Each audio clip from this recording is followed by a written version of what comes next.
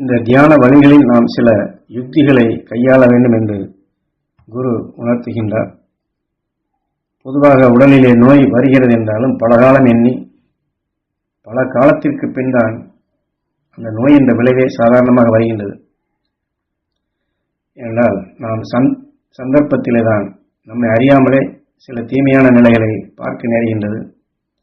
அந்த தீமை செய்யும் உணர்வின் அணுக்கள் நம்முள்ளே நம்மை அறியாமலேயே அதுவும் பெருகிவிடுகின்றது. அந்த அணுக்கள் வளர்ச்சியான பின் அதனின் மலங்கள் ஏற்கனவே நம் உடலில் உள்ள அணுக்களில், அதாவது நல்ல உறுப்புகளை நல்ல உடலாக உருவாக்கிய அணுக்களில் உள்ள மலங்களில் படம் போடும் பொழுதுதான் அந்த தசைகள் கரையத் தொடங்குகின்றது. அப்பொழுதுதான் உடலிலே வலிகள் வருகின்றது, வேதனையாகின்றது, நோயும் ஆகின்றது.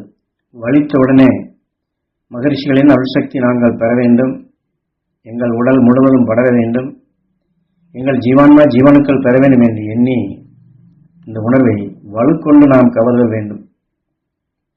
இப்படி நம் உடலில் மகரிஷி உணர்வை அடிக்கடி கலக்கச் செய்ய வேண்டும். ஆனாலும் இந்த தியானத்தை கடைபிடிக்கும் ஒரு சிலர் என்ன சொல்வார்கள் என்றால், இப்படித்தான் நான் எண்ணினேன், இன்னும் வலி குறையவில்லை, வலி நிற்கவில்லையே என்பார்கள்.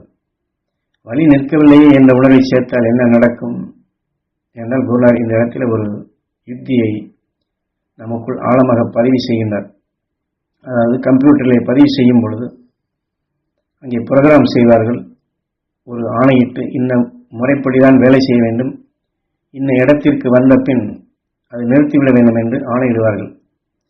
அந்த சரியான இடத்தில் ஆணை நிறுத்த வேண்டும் என்றால், அதாவது ஆங்கிலத்தில் சொல்வது போன்று ஃபுல் ஸ்டாப், ஒரு புள்ளியை வைத்து இந்த இடத்திலே இது நிறுத்த வேண்டும் என்று ஃபுல் ஸ்டாப் என்று வைத்து விட்டோம் என்றால் அந்த இடம் வந்தவுடனே தன்னாலே நின்றுவிடும். இதை போன்றுதான் வலி நிற்க வேண்டும், நோய் நீங்க வேண்டும், உடல் நலம் பெற வேண்டும் என்ற நோக்கத்திலே தான் தியானம் செய்கின்றோம்.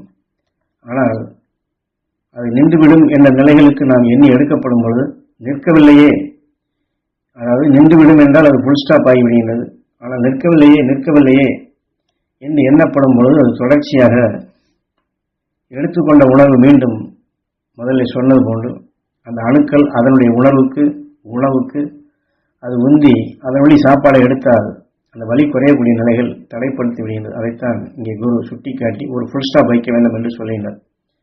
மகரிஷிகளின் அறுவடை எங்கள் உடல் முழுவதும் படர வேண்டும், வலி நீங்க வேண்டும் என்ற நிலைக்கு வந்தால் தொடர்ந்து இதை நாம் கூட்டும் பொழுது அதனுடைய காலப்பருவம் வரும் பொழுது நிச்சயம் வலி நிற்கும்.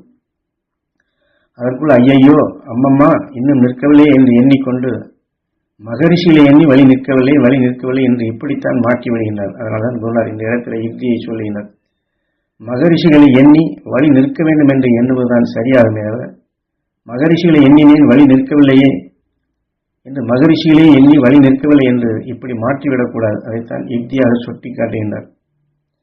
மகரிஷி நல்வழி எங்கள் உடல் முழுவதும் படர வேண்டும், மகிழ்ந்து வாழும் சக்தி பெற வேண்டும் என்று தசைப்பாகம் உள்ள அணுக்களில் அறிஞானம் விளைய வேண்டும் என்று இதை கலக்க வேண்டும். சந்தர்ப்பத்தால் நான் தீமைகளை பார்த்தோம், தெரிந்து செய்யவில்லை.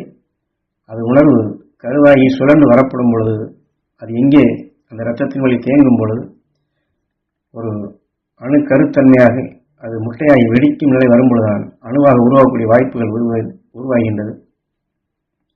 அப்படி உருவான அந்த அணு தன் உணர்வின் உணர்ச்சியை தூண்டி அது உணவுக்காக இயங்கும் நிலையில் தன் இனத்தை பெருக்குகின்றது. தன் இனத்தை பெருக்கும் பொழுது ஏற்கனவே உடலில் உருவான அணுக்களுக்கு எதிர்நிலையாகின்றது. நல்ல அணுக்களின் செயலாக்கங்கள் குறையத் தொடங்குகின்றது.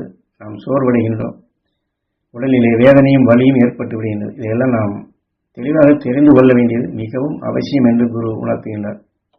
ஆகவே இதையெல்லாம் அறிந்து கொண்ட பின் நாம் என்ன செய்ய வேண்டும், ஒவ்வொரு நிமிடத்திலும் எதை செய்ய வேண்டும் என்று நாம் சற்று சிந்தித்து செயல்பட வேண்டும்.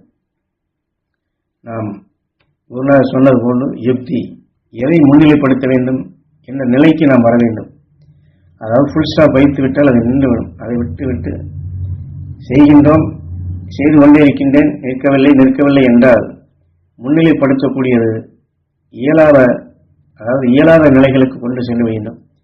அது இயல வேண்டும், அது நிற்க வேண்டும் என்ற நிலைகளுக்கு நாம் முன்னிலைப்படுத்திவிட்டால், அதை